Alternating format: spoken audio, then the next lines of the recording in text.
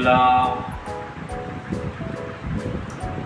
ونشهد أن لا إله إلا الله وحده لا شريك له ونشهد أن محمدا عبده ورسوله أما بعد فإن خير الحديث كتاب الله وخير الهدي هدي محمد صلى الله عليه وسلم وشر الأمور محدثاتها وكل محدثة بدعة وكل بدعة ضلالة وكل ضلالة في النار. أعوذ بالله من الشيطان الرجيم. بسم الله الرحمن الرحيم. قاف والقرآن المجيد بل عجبوا أن جاءهم منذر منهم فقال الكافرون هذا شيء عظيم أإذا متنا وكنا ترابا ذلك رجع بعيد قد علمنا ما تنقص الأرض منهم وعندنا كتاب حفيظ بل كذبوا بالحق لما جاءهم فهم في أمر مريض أفلم ينظروا إلى السماء فوقهم كيف بنيناها وزيناها وما لها من فروج والأرض مددناها وألقينا فيها رواسي وأنبتنا فيها من كل زوج بهيج.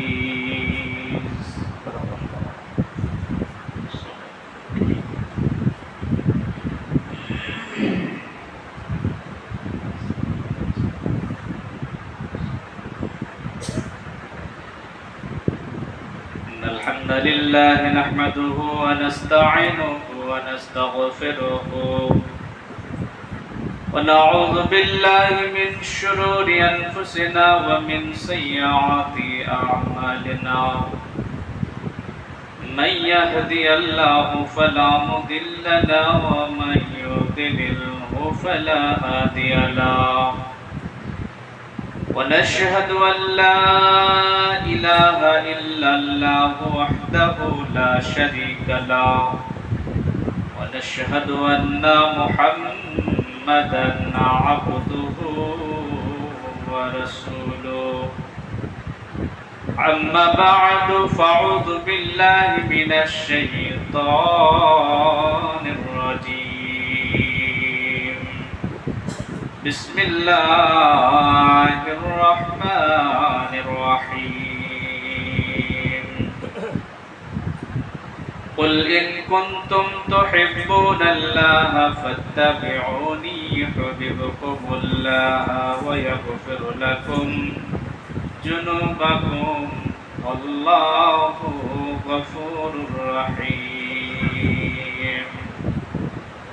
وقال النبي الأمين صلى الله عليه وسلم عن أنس رضي الله تعالى عنه قال قال رسول الله صلى الله عليه وسلم لا يدخل أحدا منكم عمله الجنة ولا يزيده من النار ولا أنا إلا برحمتي. رب اشرح لي صدري ويسر لي أمري واحلل عقدة من لساني يفقهوا قولي ربي زدني علما اللهم ربي زدني علما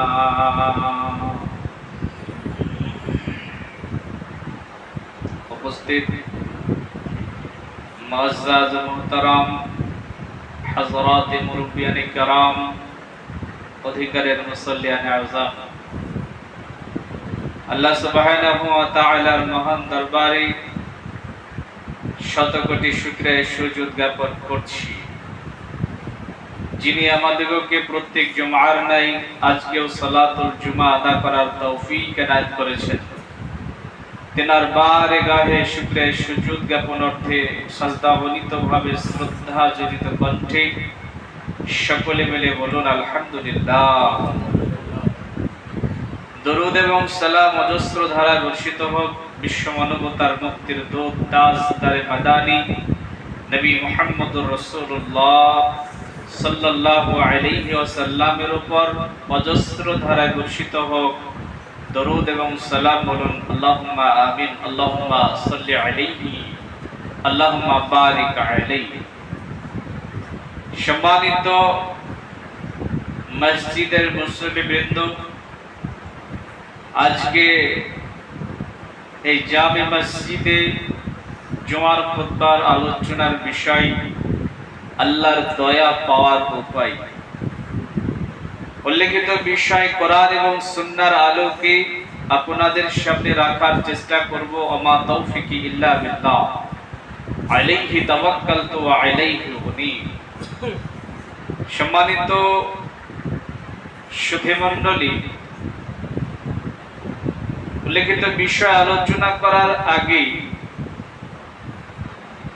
আপনাদের মসজিদে যেহেতু আমি আজকে প্রথম দিন আপনাদের মেহমান হয়ে এসেছি, আমার তরফ থেকে আপনাদের জন্য দুটো হাদিয়া দিয়ে যাচ্ছি। এক নাম্বার, শেখ হুসাইমিন রাহিমাহুল্লাহ তিনি একটি ফতোয়ার কিতাব লিখেছেন। ফতোয়ার কিতাবের নাম হচ্ছে ফতওয়ায়ে আরকানুল ইসলাম।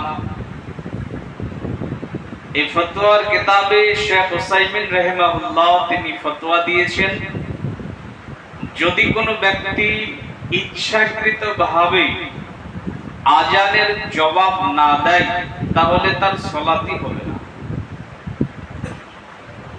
মুয়াজ্জিন আজান দেবে তখন জবাব দিতে হবে, এর অনেক সওয়াব রয়েছে। রাসূলুল্লাহ সাল্লাল্লাহু আলাইহি ওয়াসাল্লাম বলছেন, মুয়াজ্জিন যখন আজান দেবে আল্লাহু আকবার আল্লাহু আকবার, মুসল্লি একই বাক্য বলবে আল্লাহু আকবার আল্লাহু আকবার। শুধুমাত্র হাইয়া আলাস সালাহ হাইয়া আলাল ফালাহ এই দু জায়গাতে লা হাওলা ওয়ালা কুওয়াতা ইল্লা বিল্লাহ বলবে, বাকি লা ইলাহা ইল্লাল্লাহ পর্যন্ত একই বাক্য বলবে। যদি কোনো মুসল্লি বলে, আল্লাহ রাসূল সাল্লাল্লাহু আলাইহি সাল্লাম বলছেন দাখালাল জান্নাহ, তাহলে সে ব্যক্তি জান্নাতে যাবে। বলেন না সুবহানাল্লাহ।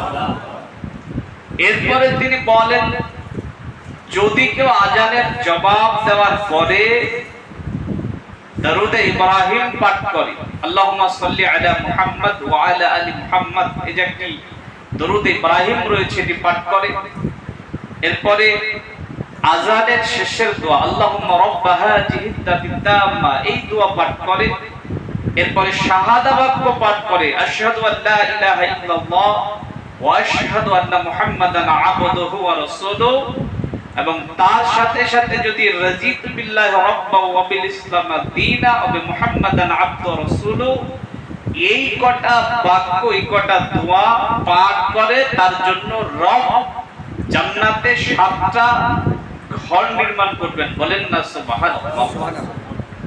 এত দামি একটি ইবাদত থেকে আপনারা নিজেকে বঞ্চিত করে রেখেছেন। আজান যখন হচ্ছিল আমি মসজিদের প্রায় মুসল্লির দিকে আমার নজর গেছে যে মোটামুটি মুসল্লি হয়তো জবাব দিয়েছেন, 2 ঠুট নোট ছিল, বাকি সবার বন্ধ ছিল। আগামী ওয়াক্ত থেকে মানে যখনই আজান হবে ইচ্ছাকৃতভাবে আজানের জবাব থেকে নিজেকে বঞ্চিত করবেন না, বলেন ইনশাআল্লাহ। নাম্বার 2, আজকে জুমার দিন, এক সপ্তাহে ইবাদত করে জুমার দিন এটা ভালো করে খেয়াল করেন আমার দিকে। যখন মুয়াজ্জিনের আজান শেষ হয়ে গেল আর যখন ইমাম খতিব খুতবা আরম্ভ করলো, যতক্ষণ পর্যন্ত খুতবা না চলবে, যতক্ষণ শেষ না হবে, চলবে যতক্ষণ, ততক্ষণ পর্যন্ত ইমাম খতিব আর মুসল্লি এদের মধ্যে কথোপকথন চলতে পারে। তবে কোন মুসল্লিকে কথা বলবে না, ইশারা করবে না, ডানে বামে যেতে বলবে না, কোনো আদেশ নিষেধ করবে না। যদি করে, যেই ব্যক্তি করবে তার সেদিনের জুমা নষ্ট। যার জন্য খুব সাবধান।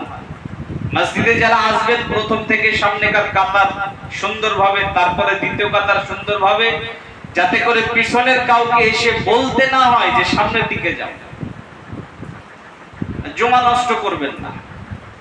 বেরাদারানা বিল্লাহ, যদি জুমার খুতবা চলাকালীন ইশারা না চলে তাহলে আপনার নিচের দিকে তাকিয়ে ঘুমও চলবে না। যার জন্য আমি আপনাদের মেহমান, রব যদি আবার কোনোদিন চায়, হায়াত যদি থাকে, হয়তো আসবো, কিন্তু আজকে যতটুকু আলোচনা করব, রেডিও নয়, অডিও নয়, ভিডিও, আপনার সামনে দাঁড়িয়ে আমি বক্তব্য দিচ্ছি, আমার দিকে চেয়ে আপনি শুনবেন। নিচের দিকে যাদের মুখ আছে আমার দিকে লক্ষ্য করুন, আমি আপনাকে কিছু দিতে এসেছি, এটা গ্রহণ করুন। আমার আলোচনায় 3টা পর্ব হবে। আল্লাহর দয়া পাওয়ার উপায়, বিষয় হচ্ছে এটা, আর এই বিষয়টিকে আমি 3টা পয়েন্টে আলোচনা করব। 1 নাম্বার, আল্লাহর দয়া মূলত কি। 2 নাম্বার, আল্লাহর দয়ার কতটা পাওয়ার। আর 3 নাম্বার, আমরা কিভাবে আল্লাহর দয়া পাবো। আসুন আমরা প্রথম পয়েন্টে আলোচনা করি, আল্লাহর দয়া কি দুনিয়াতে এবং আখিরাতে। তাহাজ্জাতাল জান্নাত ওয়ান নার, রাসূলুল্লাহ সাল্লাল্লাহু আলাইহি ওয়াসাল্লাম বলছেন, কোন একদিন জান্নাত আর জাহান্নাম দুজনার সঙ্গে কথা বলছে। আমি আপনাকে বোঝাচ্ছি আল্লাহর দয়া কি। তাহাজ্জাতাল জান্নাত ওয়ান নার, জান্নাত আর জাহান্নাম দুজনাই সামনাসামনি, দুজনার সঙ্গে কথা বলছে। ক্বালাতিন নার, জাহান্নাম বলছে, উসিরতু বিল মুতাজাব্বিরিন ওয়াল মুতাকাব্বিরিন। জাহান্নাম বলছে, আল্লাহ আমাকে এত ভয়ানক করে, এত খতরনাক করে, এত আযাব আমার মধ্যে দিয়ে কার জন্য আমাকে বানালেন। জাহান্নাম বলছে, উসিরতু বিল মুতাজাব্বিরিন ওয়াল মুতাকাব্বিরিন, যারা স্বৈরাচারী, যারা বদমাশ, যারা কালোবাজারি করে, যারা আল্লাহর বিধানকে অবমাননা করে, রবের হুকুমকে যারা মানে না, এদের জন্য আমাকে আল্লাহ তৈরি করেছেন, এই কথা জাহান্নাম বলছে। জাহান্নামের বলা শেষ, ক্বালাতিল জান্নাহ, জান্নাত বলছে, ফামালি, আমি আমার জন্য মনে করছি, লা ইয়াদখুলুনি, কেউ আমার মধ্যে প্রবেশ করবে না। আল্লাহ যে আমাকে এত সুন্দর করে বানিয়েছেন, আমার মধ্যে কেউ প্রবেশ করবে না, ইল্লা যুআফাউন নাস ওয়া সাকাতুহুম ওয়া গিররাতুহুম, কিন্তু যারা আমার মধ্যে প্রবেশ করবে তারা হচ্ছে অভাবী মানুষ, দরিদ্র মানুষ, পিছিয়ে পড়া মানুষ, এরা আমার মধ্যে প্রবেশ করবে। বেরাদারানে মিল্লাত, এদিকে জান্নাত, এদিকে জাহান্নাম, দুজনাই এই আলোচনা করছে। আমার আল্লাহ দুজনার আলোচনা শুনলেন, আমি আপনাদেরকে বোঝাচ্ছি আল্লাহর দয়া কি। জান্নাতের কথাও শুনলেন, জাহান্নামের কথাও শুনলেন। শোনার পরে জাহান্নামকে আল্লাহ ডেকে বলছেন, জাহান্নাম, ইন্নামা আনতা আযাবি, তুমি আমার আযাব। ওয়াযিবু বিকি মান আশাউ মিন ইবাদি, যার প্রতি আমার কোনো রহম থাকবে না, দয়া থাকবে না, যার প্রতি আমার কোনো ভালোবাসা থাকবে না, তাকে আমি তোমার মধ্যে নিক্ষেপ করব।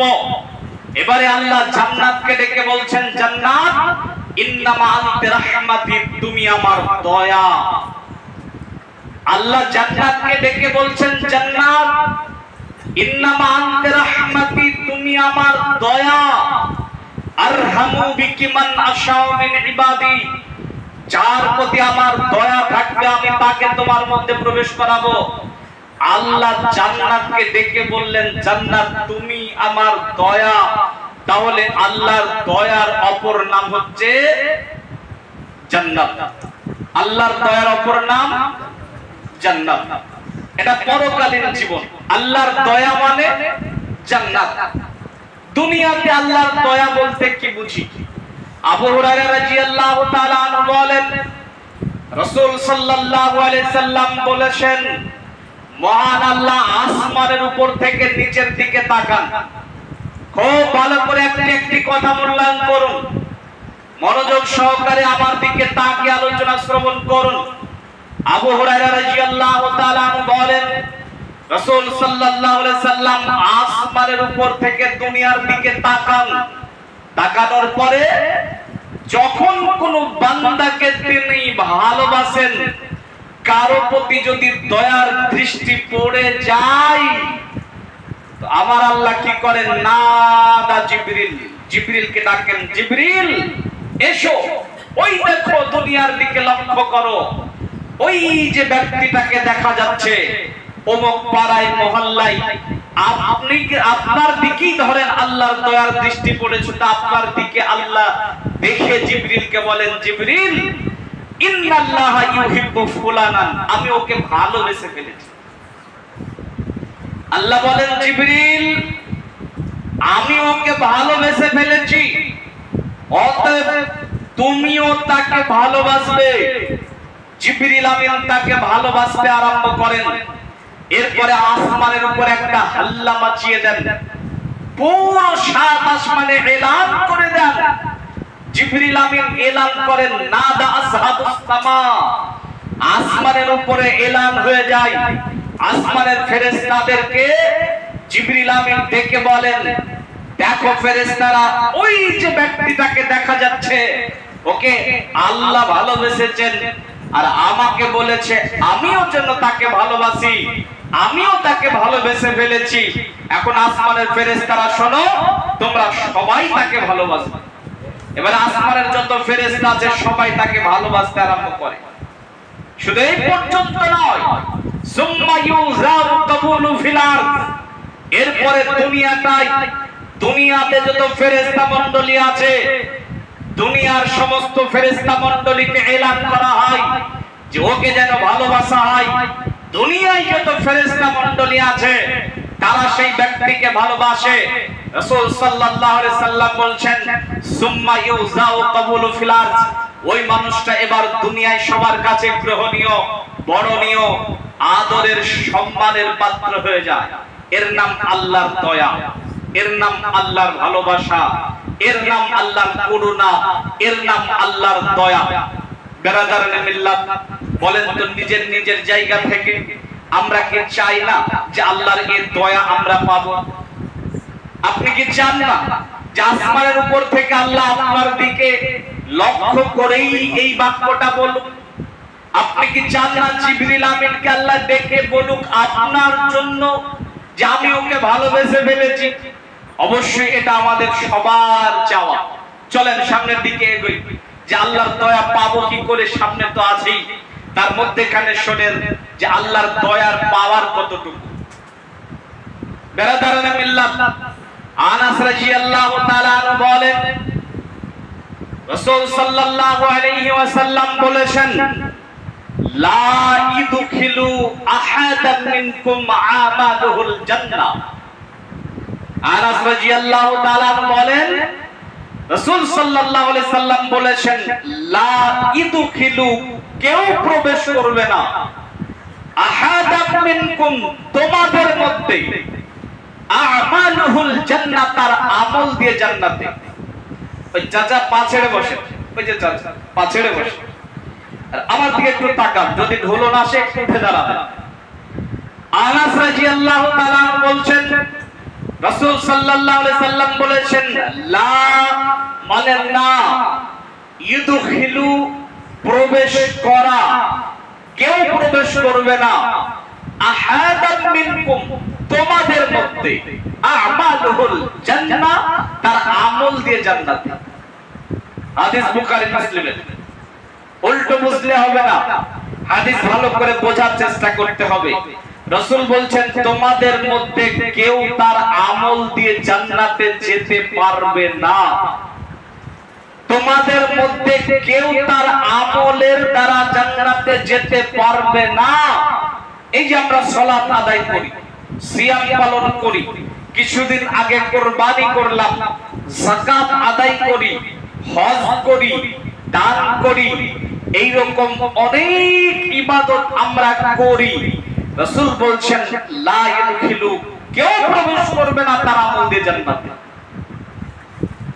রাসূল সাল্লাল্লাহু আলাইহি সাল্লাম বলছেন ওয়ালা ইউজিরুহু মিনান নার, জান্নাত তো যাবে না জাহান্নাম থেকেও বাঁচতে পারবে না।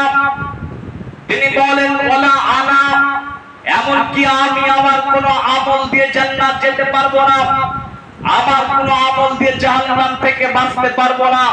রাসূল জীবনে কত আমল ইবাদত করেছেন, তারপরেও তিনি বলছেন তিনার আমল ইবাদত দিয়ে তিনি জান্নাতে যেতে পারবেন না। তাহলে আমরা আমল ইবাদত কেন করি? আমল ইবাদত করার জন্যই আমাদেরকে রব সৃষ্টি করেছেন। আমল ইবাদত করার জন্যই আমাদেরকে আমাদের রব সৃষ্টি করেছেন। আমল ইবাদত করলে কি হবে? গুনাহ মাফ হবে। পৃথিবীতে যত ইবাদত আছে আপনি যদি দেখেন ইবাদত করলে কি হয়, তো যেটা ফলাফল হবে সেটা গুনাহ মাফ হয়। সালাত আদায় করলে কি হয়? ইন্নাল আবদা ইউসাল্লি খাতায়াহু মারফুআতুন আলা রাসিহি কুল্লামা সাজাদা তাহাত্তা আনহু। বান্দা যখন আল্লাহু আকবার বলে সালাতে দাঁড়িয়েছে, সব পাপ মাথায়, যতবার সাজদা করে পাপ চলে যায়। ফালাম্মা ইফরাগুস সালাহ, এমনি করে যখন সালাত শেষ করে সব গুনাহ ঝরে যায়। সালাত আদায় করলে গুনাহ ঝরে যায়। সিয়াম পালন করলে কি হয়? রাসূল সাল্লাল্লাহু আলাইহি সাল্লাম বলেন গুফিরা লাহু মা তাকাদ্দামাত মিন জামবিহি, জীবনের সব গুনাহ maaf হয়ে যায়। যাকাত আদায় করলে কি হয়? ধন সম্পদ পরিষ্কার হয়। হজ করলে কি হয়? গুনাহ maaf হয়ে যায়। এমনি করে ইবাদত করলে গুনাহ maaf হয়। আর বুখারী মুসলিমের হাদিস, রাসূল সাল্লাল্লাহু আলাইহি সাল্লাম বলেন আমল ইবাদত জান্নাতে নিয়ে যাবে না।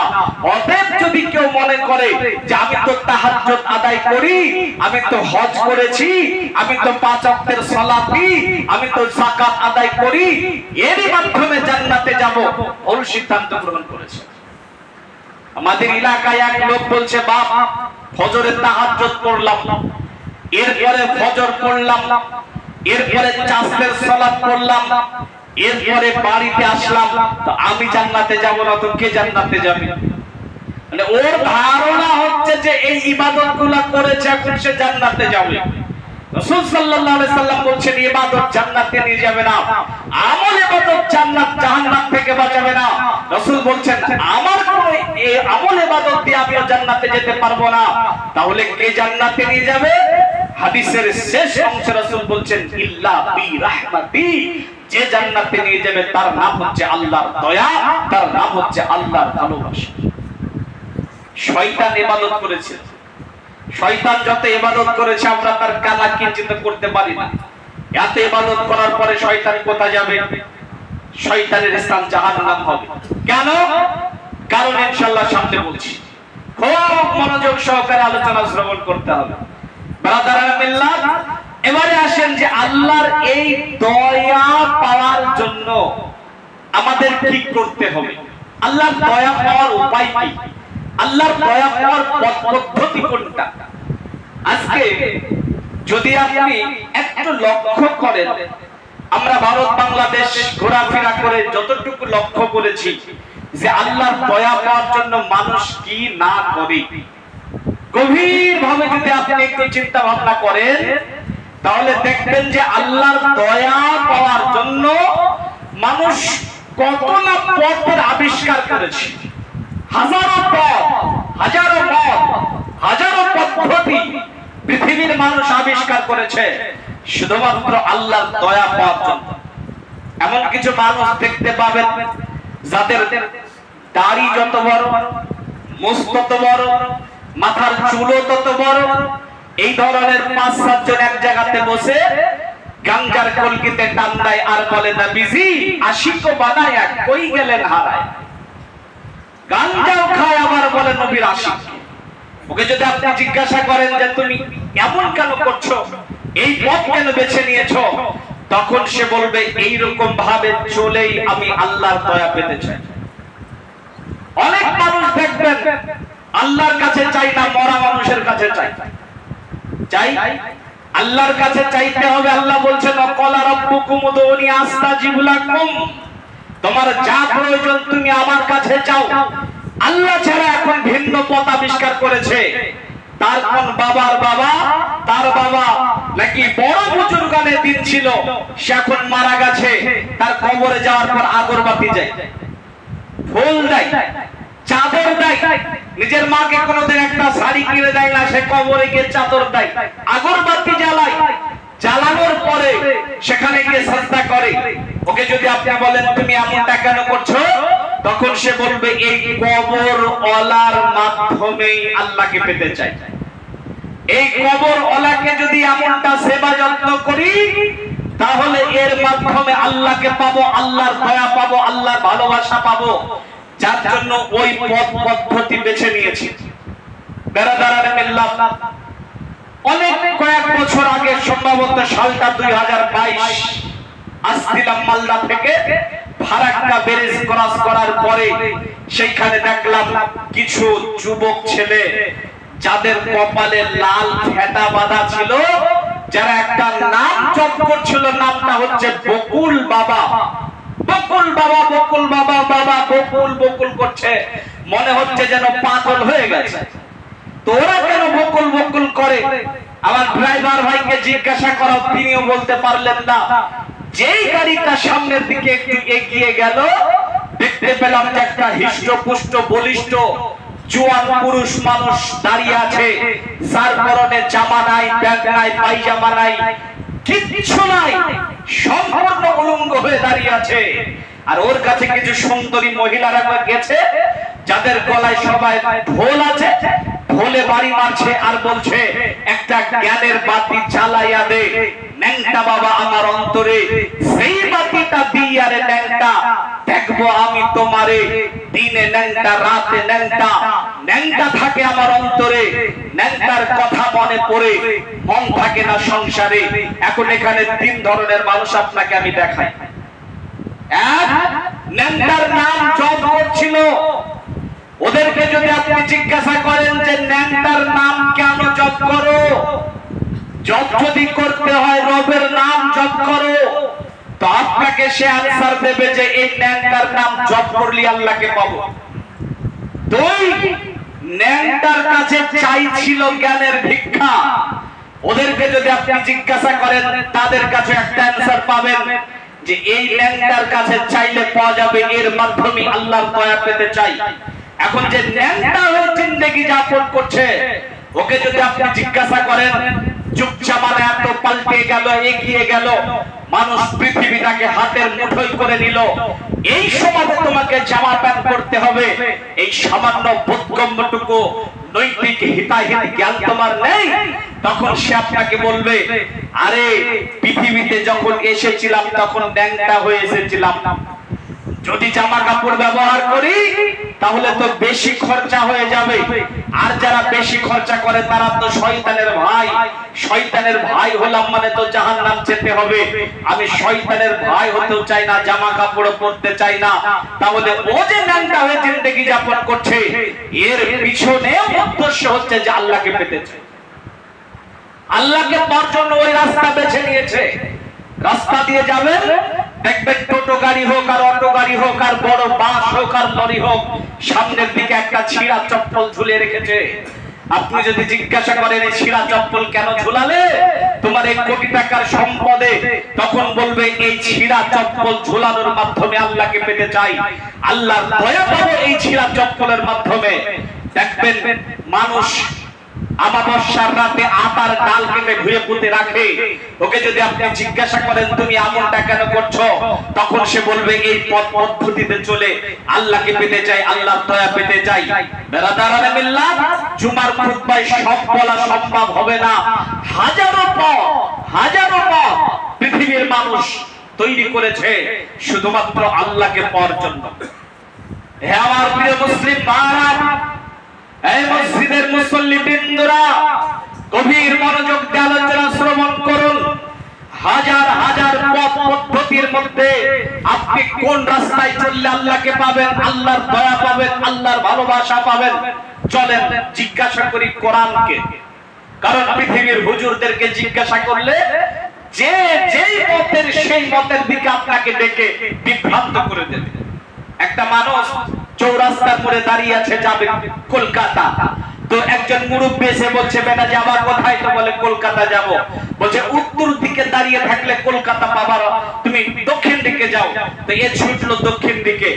আর কিছু সময় বাদ আরেক মুরব্বি আসার পরে বলছে এই দক্ষিণ দিকে দাঁড়িয়ে থাকলে কলকাতার গাড়ি পাবা, তুমি যাও পশ্চিম দিকে। এখন সেটা যারা চললো পশ্চিম দিকে দাঁড়িয়ে আছে, আর একজন এসে বলছে কলকাতা এদিকে নয় পূর্ব দিকে যাও। এখন সে যাবে কোথায়? আজকে জাতি অবস্থা হয়েছে, হুজুরেরা আলেমেরা জাতিকে এইরকম করে বিভ্রান্ত করে দিচ্ছে যে যেই মতের সেই মতের দিকে ডেকে বিভ্রান্ত করে দিচ্ছে। চলেন যার জন্য কাউকে নাই, কোরআনকে জিজ্ঞাসা করতে হবে। কারণ কোরআন হচ্ছে আমাদের ম্যানুয়াল বুকস, গাইড। পৃথিবীর কোম্পানিদের সিস্টেম হচ্ছে তারা যখন কোন প্রোডাক্ট বাজারে লঞ্চ করে তখন একটা গাইড বুকস দেয় সঙ্গে। একটা সিম কার্ড কিনবেন, কয়েক পৃষ্ঠার বই পাবেন, একটা বুকলেট পাবেন, একটা ছাতা কিনবেন, মেশিন কিনবেন, মাইক কিনবেন, ফ্যান কিনবেন, বুকলেট পাবেন। ওই কোম্পানি তার প্রোডাক্টটাকে কিভাবে চালাতে হবে বিস্তারিত বিবরণ দিয়ে দিয়েছে। আমরা যে কোম্পানির প্রোডাক্ট, তিনি হলেন আল্লাহ রাব্বুল আলামিন। আমাদেরকে কোন পথে চললে আল্লাহকে পাওয়া যাবে এই কথা তিনি আমাদেরকে একটা গাইডস বুক দিয়েছেন, যার নাম হচ্ছে কোরআন। যার জন্য চলুন আমরা কোরআনকে জিজ্ঞাসা করি, কোরআন তুমি বলে দাও এত মত পদ্ধতির মধ্যে কোন পথে গেলে আমরা আল্লাহকে পাবো, কোন রাস্তায় চললে আমরা আল্লাহকে পাবো, আল্লাহর দয়া পাবো। কোরআনকে জিজ্ঞাসা করেন, কোরআন আপনাকে স্পষ্ট ভাষায় বলে দেবে। আল্লাহ রাব্বুল আলামিন বলেন, কুল নবী আপনি বলে দিন আপনার উম্মতদেরকে, কুল নবী আপনি জানিয়ে দিন আপনার উম্মতদেরকে, ইন কুনতুম তুহিব্বুনাল্লাহ, তারা যদি আমাকে পেতে চায়, তারা যদি আমার দয়া পেতে চায়, তারা যদি আমার করুণা, আমার ভালোবাসা পেতে চায়, আল্লাহ রাব্বুল আলামিন বলেন, কোরআন আমাদেরকে জানিয়ে দিয়েছে। আল্লাহ রাব্বুল আলামিন বলেন ফাত্তাবিউনি, তাহলে যেন তারা মুহাম্মদ সাল্লাল্লাহু আলাইহি সাল্লামের ইত্তেবা করে। শুনুন মুসলমানেরা, পৃথিবীর মাটিতে মারিয়াম আলাইহিস সালামকে আল্লাহর স্ত্রী বানাবার মাধ্যমে আল্লাহকে পাওয়া যাবে না। উজাইর আলাইহিস সালামকে আল্লাহর সন্তান বানাবার মাধ্যমে আল্লাহকে পাওয়া যাবে না। ঈসা আলাইহিস সালামকে আল্লাহর সন্তান বানাবার মাধ্যমে আল্লাহকে পাওয়া যাবে না। কোন পীরের অন্ধ মুরিদ হয়ে আল্লাহকে পাওয়া যাবে না। কোন ইমামের অন্ধ মুকাল্লিদ হয়ে আল্লাহকে পাওয়া যাবে না। ইমাম আবু হানিফার অন্ধ মুকাল্লিদ হয়ে আল্লাহকে পাওয়া যাবে না। ইমাম শাফির অন্ধ মুকাল্লিদ হয়ে আল্লাহকে পাওয়া যাবে না। ইমাম মালিকের অন্ধ মুকাল্লিদ হয়ে আল্লাহকে পাওয়া যাবে না। কোন পীর সাহেবের কবরে সাজদা করে তার কবরে আগরবাতি জ্বালিয়ে ফুল দিয়ে চাদর দিয়ে আল্লাহকে পাওয়া যাবে না। বাপ দাদার ধর্ম অনুসরণ করে আল্লাহকে পাওয়া যাবে না। আল্লাহকে পাওয়ার একটাই রাস্তা, একটাই পথ আল্লাহ রাব্বুল আলামিন জানিয়ে দিয়েছেন, কোরআনে লেখা আছে। আল্লাহ রাব্বুল আলামিন বলছেন ফাত্তাবিউনি, মুহাম্মদ সাল্লাল্লাহু আলাইহি সাল্লামের আদর্শকে মেনে নিতে হবে। মুহাম্মদ সাল্লাল্লাহু আলাইহি সাল্লামের আইডিয়ালটাকে নিজের জীবনের মডেল বানিয়ে নিতে হবে। মুহাম্মদ সাল্লাল্লাহু আলাইহি সাল্লামের দেখানো পথে চলতে হবে। ধর্মীয় বিষয়ে চলতে হবে, দুনিয়ার বিষয়ে চলতে হবে। জীবনের প্রত্যেকটা কদমে, জীবনের প্রত্যেকটা সেকেন্ডে, জীবনের প্রত্যেকটা মুহূর্তে মুহাম্মদ সাল্লাল্লাহু আলাইহি সাল্লামের আইডিয়ালটাকে যদি নিজের জীবনে মডেল বানান, আল্লাহর দয়া পাবেন। ভিন্ন কোন পথের অনুসরণ করে আল্লাহর দয়া পাওয়া সম্ভব নয়, সম্ভব নয়, কোশ্চেন কালে নয়। যার জন্য আল্লাহর দয়া পাওয়ার জন্য একটাই রাস্তা, মুহাম্মদ সাল্লাল্লাহু আলাইহি সাল্লামের আদর্শ মেনে নেওয়া।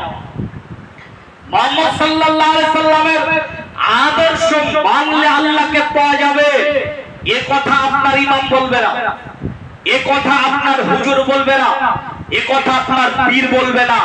কারণ ধর্মের নামে একটা ব্যবসা চলে, সেটা বন্ধ হয়ে যাবে। রাসূল সাল্লাল্লাহু আলাইহি সাল্লামের একটা হাদিস আছে, রাসূল সাল্লাল্লাহু আলাইহি সাল্লাম আখেরি জামানার কিছু হুজুরদেরকে দাজ্জালের চাইতে খারাপ বলেছেন। কেন জানেন? কারণ মুহাম্মদ সাল্লাল্লাহু আলাইহি সাল্লামের আদর্শ অনুসরণ করে, মুহাম্মদ সাল্লাল্লাহু আলাইহি সাল্লামের আইডিয়ালটাকে নিজের জীবনে মডেল বানালে আল্লাহকে পাওয়া যাবে, এই কথা দাজ্জালও বলছে। শুনেন হাদিস, ফাতেমা বিনতে কায়েস রাদিয়াল্লাহু তাআলা আনহা বলেন, সামিতু মুনাদি ইউনাদি সালাতুল জাম। ফাতেমা বিনতে কায়েস রাদিয়াল্লাহু তাআলা আনহা বলছেন যে রাসূলের মসজিদ থেকে ঘোষণা এলো সালাত আরম্ভ হয়ে যাচ্ছে। ফাখারাজতু ইলাল বাইত, আমি আমার বাড়ি থেকে বের হলাম। ফাসাল্লাইতু মা রাসূল সাল্লাল্লাহু আলাইহি সাল্লাম, আল্লাহ রাসূলের সঙ্গে সালাত আদায় করলাম। ফালাম্মা ইফরাতুস সালাত, যখন সালাত শেষ হয়ে গেল, জালাসা আলা মিম্বারিহি, আল্লাহর নবী মিম্বারের উপরে উঠে বসলেন। ওহুয়া ইউজাহি, আল্লাহর নবী মৃদু হাসছিলেন। আল্লাহর নবী বললেন, মুসাল্লিরা, সাহাবারা, তোমরা স্ব জায়গায় বসে যাও। আমরা স্ব জায়গায় বসে গেলাম। এবারে আল্লাহ রাসূল বলছেন, হাল তাদরুনা মা জামাতুকুম, তোমরা কি জানো কেন তোমাদেরকে বসতে বলেছি? সাহাবারা বললেন, আল্লাহ ওয়া রাসূল আলাম, আল্লাহ রাসূল ভালো জানেন। আল্লাহ রাসূল বলেন, ওয়ালে রাগিবিনা ওয়ালে রাহিবিনা, জান্নাতের কথা বলবো, জাহান্নামের কথা শোনাবো, যার জন্য বসতে বলিনি। ওয়ালাকিন্না জামাতুকুম, এই জন্য বসতে বলেছি, লিআন্না তামিমদারি হুয়া রাসূলুন নাসারিয়া, তামিমদারি একজন নাসারি মানুষ আমাকে একটি হাদিস শুনিয়েছে, ইফকাল্লাযী কুনতাহাতাসাকুম, আমি তোমাদেরকে সেই ঘটনা শোনাবো, সেই কারণে বসতে বলেছি। তামিমদারি বলে, আমরা লাখ আর জাজিম করতে 30-60 জন মানুষ একবার সমুদ্রে সফর করতে বেরোলাম। একটা বড় স্টিমারের উপর চেপে বসলাম, স্টিমার চালাতে আরম্ভ করলাম। এবারে ঝড় আর তুফান শুরু হয়ে গেল। এক মাস যাবত ঝড় তুফান চলতে থাকলো, আমরা আমাদের স্টিমারটাকে কন্ট্রোল করতে পারলাম না। এক মাস পরে আমরা যখন একটা কুল কিনারা পেলাম, তখন সেখানে উঠলাম। ঝড় থেমে গেল, একটা কুল কিনারা পেয়েছি, সেখানে উঠে গেছি। রাস্তা ধরে আমরা হাঁটতে আরম্ভ করেছি। 60 জন মানুষ আছি, রাস্তা ধরে আমরা হাঁটছি। যেতে যেতে দেখলাম যে আমাদের রাস্তাটাকে অবরোধ করে রেখেছে একটা পশু। পশুর সামনে পিছন বোঝা যাচ্ছে না, পুরোটাই লোম দিয়ে ঢাকা। পশুটাকে দেখে আমরা বললাম, ওয়াইলুকুম মান আনতা, তোমার ক্ষতি সাধনা করছি, কে তুমি আমাদের রাস্তা ঘিরে দাঁড়িয়েছো? তখন পশু বলছে, আনাল জাসসাস, আমি গোয়েন্দা। তামিমদারি বলে, পশু যখন বলেছে আমি গোয়েন্দা, তখন আমরা ভয় পেয়ে পিছপা হয়েছি। পশু তখন বলেছে, ভয় পাওয়ার কিছু নেই, ওই যে দূরে একটা ঘর দেখা যাচ্ছে, আশ্রম দেখা যাচ্ছে, ওইখানে যাও, ওখানে তোমাদের জন্য কি অপেক্ষা করছে। তামিমদারি বলেন, সেখানে আমরা গেলাম। যাওয়ার পরে দেখলাম এক বিশাল আকারের মানুষ, যার মাথাটাকে হাঁটুর মধ্যে, 2 পায়ের মধ্যে ঢোকানো আছে, লোহার জিনজির দিয়ে আটো সাটো করে বাঁধা আছে। ওকে দেখার পর আমরা বললাম, ওয়াইলুকুম মান আনতা, তোমার ক্ষতি সাধনা করছি, কে তুমি? তখন সে বলছে, আরে আমি কে এটা তো জেনে যাবা, বলো তোমরা কোথা থেকে এসেছো? তামিমদারি বলেন, আমরা আমাদের বিবরণ দিলাম। আমরা সৌদি আরবের মানুষ, ভ্রমণ করতে এসে এই ঘটনা ঘটেছে। তখন সে লোহার জিনজির দিয়ে বাঁধা ব্যক্তিটা বলছে, আচ্ছা ঠিক আছে, অনেক কথোপকথন। এরপরে শেষের বেলাতে লোহার জিনজির দিয়ে বাঁধা ব্যক্তিটা বলছে, আচ্ছা বলো তো, মক্কায় যে নবী এসেছে তার ঘটনা কি, সে এখন কোথায় আছে? তখন তামিমদারি বলছেন, তার বংশের লোকেরা তাকে মারার জন্য গেছিল, এখন সে হিজরত করে মদিনায় চলে গেছে। আর মদিনার লোক তাকে মেনে নিয়েছে, মাথার তাজ হিসাবে মেনে নিয়েছে। মদিনার লোক তার কথা গ্রহণ করেছে। তখন লোহার জিনজিরতে বাঁধা ব্যক্তিটা বলছে, আরে মদিনার লোক পরিত্রাণ পেয়ে গেছে। লোহার জিনজিরতে বাঁধা ব্যক্তিটা বলছে, মদিনার লোক পরিত্রাণ পেয়ে গেছে। বিশ্ববাসী যদি পরিত্রাণ পেতে চাই, বিশ্ববাসী যদি আল্লাহর দয়া পেতে চাই, বিশ্ববাসী যদি রবের করুণা পেতে চাই, তাহলে যেন এই ব্যক্তিটাকে মেনে নাই। লোহার জিনজির দিয়ে বাঁধা ব্যক্তিটা নিজের পরিচয় দিতে গিয়ে বলছে, আনা মাসিহিদ দাজ্জাল, আমি হলাম দাজ্জাল। দাজ্জাল বলছে মুহাম্মদ সাল্লাল্লাহু আলাইহি সাল্লামকে মেনে নিতে হবে। দাজ্জাল বলছে মুহাম্মদ সাল্লাল্লাহু আলাইহি সাল্লামের আদর্শ মেনে নিতে হবে। দাজ্জাল বলছে মুহাম্মদ সাল্লাল্লাহু আলাইহি সাল্লামের আদর্শ মানলে আল্লাহর দয়া পাওয়া যাবে, আল্লাহর করুণা পাওয়া যাবে। আপনি কি জানেন দাজ্জালকে যার কপালে কাফির লেখা থাকবে, যার এক চোখ কানা থাকবে, যাকে 40 দিনের জন্য ছাড়া হবে, পৃথিবী সব ভ্রমণ করে নেবে মক্কা মদিনা বাদ দিয়ে, মানুষের ঈমানকে হরণ করার চেষ্টা করবে, আল্লাহ দাবি করবে আপনি যদি কিছু দেখতে চান, কারিশমা দেখতে চান, কারিশমা সঙ্গে সঙ্গে দেখিয়ে দেবে। আপনি বলবেন বহুকাল আগে আমার বাবা মারা গেছে, দেখাও তো, সঙ্গে সঙ্গে দেখাবে। আপনার পীর সাহেবের চাইতে কোটি কোটি গুণ বেশি কারিশমা দেখাবে। যদি আপনি বলেন এখন বৃষ্টি দাও তো, সঙ্গে সঙ্গে বৃষ্টি দিয়ে দেবে। যেই পথ দিয়ে হাঁটবে সেই পথে সঙ্গে সঙ্গে অনেক সুন্দর সুন্দর ফসল উৎপন্ন হবে। দাজ্জাল যেই পথকে ঘৃণা করবে সেই পথে ফসল হবে না, ঈমান হরণ করার চেষ্টা করবে। এই দাজ্জাল যার কপালে কাফের লেখা থাকবে, এত নিকৃষ্ট, তারপরে বলছে মুহাম্মদ সাল্লাল্লাহু আলাইহি সাল্লামের আদর্শকে মেনে নিতে হবে, তাহলে আল্লাহকে পাওয়া যাবে, আল্লাহর ভালোবাসা পাওয়া যাবে। ব্রাদারান মিল্লাত, জীবনে চলার ক্ষেত্রে প্রত্যেকটা ক্ষেত্রে মানতে হবে আপনার লেবাস, আপনার পোশাক, আপনার চেহারা, আপনার রৌনক মুহাম্মদ সাল্লাল্লাহু আলাইহি সাল্লামের মতন আপনাকে বানাতে হবে। দাড়ি চাচা এটা রাসূল সাল্লাল্লাহু আলাইহি সাল্লামের আদর্শ নয়। রাসূল সাল্লাল্লাহু আলাইহি সাল্লামের আদর্শকে কুরবানি করা, দাড়িকে ছাঁটা এটা রাসূল সাল্লাল্লাহু আলাইহি সাল্লামের আদর্শ নয়, এটা রাসূল সাল্লাল্লাহু আলাইহি সাল্লামের আদর্শকে কুরবানি করা। আরে দুনিয়ার চলার পথে যদি রাসূলের আদর্শকে মানতে হয়, ইবাদতের ক্ষেত্রে রাসূলের আদর্শ তো মানতেই হবে। আপনার সালাতে দাঁড়ানো, আপনার সালাতে হাত বাঁধা, আপনার রাফায়ে ইয়াদাইন, ইমামের পিছনে কি করবেন, আপনার যাবতীয় ইবাদত মুহাম্মদ সাল্লাল্লাহু আলাইহি সাল্লামের আদর্শ মোতাবেক হতে হবে, অন্যথায় ওই ইবাদত আল্লাহ গ্রহণ করবেন না। শুনেন আমার প্রিয় ভাইরা, পৃথিবীর মাটিতে রাসূলের আদর্শ মানতে গিয়ে অত্যাচার আসলে আসুক। পৃথিবীর মাটিতে রাসূলের আদর্শ মানতে গিয়ে শুলির মঞ্চে যদি চড়তে হয় চড়তে রাজি থাকেন, যদি ফাঁসির মঞ্চে চড়তে হয় চড়তে রাজি থাকেন, যদি পিতা মাতা তার সম্পদ থেকে আপনাকে বঞ্চিত করে হাসি মুখে সেটাকে মেনে নেন, যদি আপনার স্ত্রী আপনার ভাত খেতে নারাজ হয় হাসি মুখে সেটাকে মেনে নেন, জাতি সবাই আপনাকে ইহুদি বলুক, খ্রিস্টান বলুক, সবাই আপনাকে কাদিয়ানি বলুক, মুসলমানদের কবরস্থানে যদি রাসূলের আদর্শ মানার জন্য কবরস্থানে আপনাকে কবরস্থ না করা হোক, আপনি মরে যাওয়ার পর আপনার লাশটাকে শিয়ালে কুকুরে ছিঁড়ে ছিঁড়ে খাক, এটাকে মেনে নিতে রাজি হন। মুসলমানের ঈদগাহে যদি আপনাকে ঘুরতে না দেয়, রাসূলের আদর্শকে না মানার কারণে ওই ঈদগাহকে সালাম করুন। যদি মসজিদে প্রবেশ করতে না দেয়, রাস্তায় সালাত আদায় করুন, বাড়িতে সালাত আদায় করুন, হাসি মুখে মেনে নেন। রাসূলের আদর্শ ছাড়া এক সেকেন্ড চলবেন না, বলেন ইনশাআল্লাহ। ইনশাআল্লাহ জীবনের প্রত্যেকটা ক্ষেত্রে রাসূলের আদর্শকে মেনে নেবেন। আরে বাপ নারাজ হয়েছে তো কি হয়েছে, মা নারাজ হয়েছে তো কি হয়েছে, জাতির সবাই ইহুদি খ্রিস্টান বলেছে তো কি হয়েছে, আমি আল্লাহকে সন্তুষ্ট করতে পেরেছি, এটাই আমার কাছে অনেক। রব যেন আমাদেরকে বোঝার মানার তৌফিক এনায়েত করেন, বলেন আল্লাহুম্মা আমিন। জীবনের প্রত্যেকটা ক্ষেত্রে আমরা যেন রাসূল সাল্লাল্লাহু আলাইহি সাল্লামের আদর্শ মোতাবেক চলতে পারি, আল্লাহ যেন সেই তৌফিক আমাদেরকে দান করেন, বলেন আল্লাহুম্মা আমিন। ইবাদতের ক্ষেত্রে আমরা আমাদের কণ্ঠ দিতে রাজি, গর্দান দিতে রাজি, কিন্তু রাসূলের আদর্শ ছাড়া আমরা কখনো ইবাদত করতে রাজি না। হাজার বেদাতি, লক্ষ বেদাতি, কোটি বেদাতি একসঙ্গে জমাবদ্ধভাবে মুনাজাত করছে, ওই সময় আমি হাত না তুলে বসে আছি, এর চাইতে বীর মুজাহিদ আমার চাইতে আর কেউ নেই। কারণ বেদাতিদের কাছে এটাই সুন্নাতের প্রচার, বেদাতের সঙ্গে এক ঢেউ মিশে যাব না, বলি ইনশাআল্লাহ। আল্লাহ যেন সেই রকম ঈমানি জজবা আমাদেরকে তৌফিক এনায়েত করেন, বলেন আল্লাহুম্মা আমিন। রব্বুল আলামিন তুমি বিশ্বের মুসলমানদেরকে ঐক্য করে দাও, বলেন আল্লাহুম্মা আমিন। মুসলমানদের মধ্যে থেকে মুসলমানদের ইমাম নির্বাচন করে দাও, আল্লাহুম্মা আমিন। আমাদের যারা আত্মীয় স্বজন ঈমানি হালাতে কবরে, আল্লাহ তুমি তাদেরকে মাফ করে দাও, যারা অসুস্থ আছে তাদেরকে তুমি সুস্থ করে দাও। ওয়া আখির দাওয়ানা আলহামদুলিল্লাহি রাব্বিল আলামিন।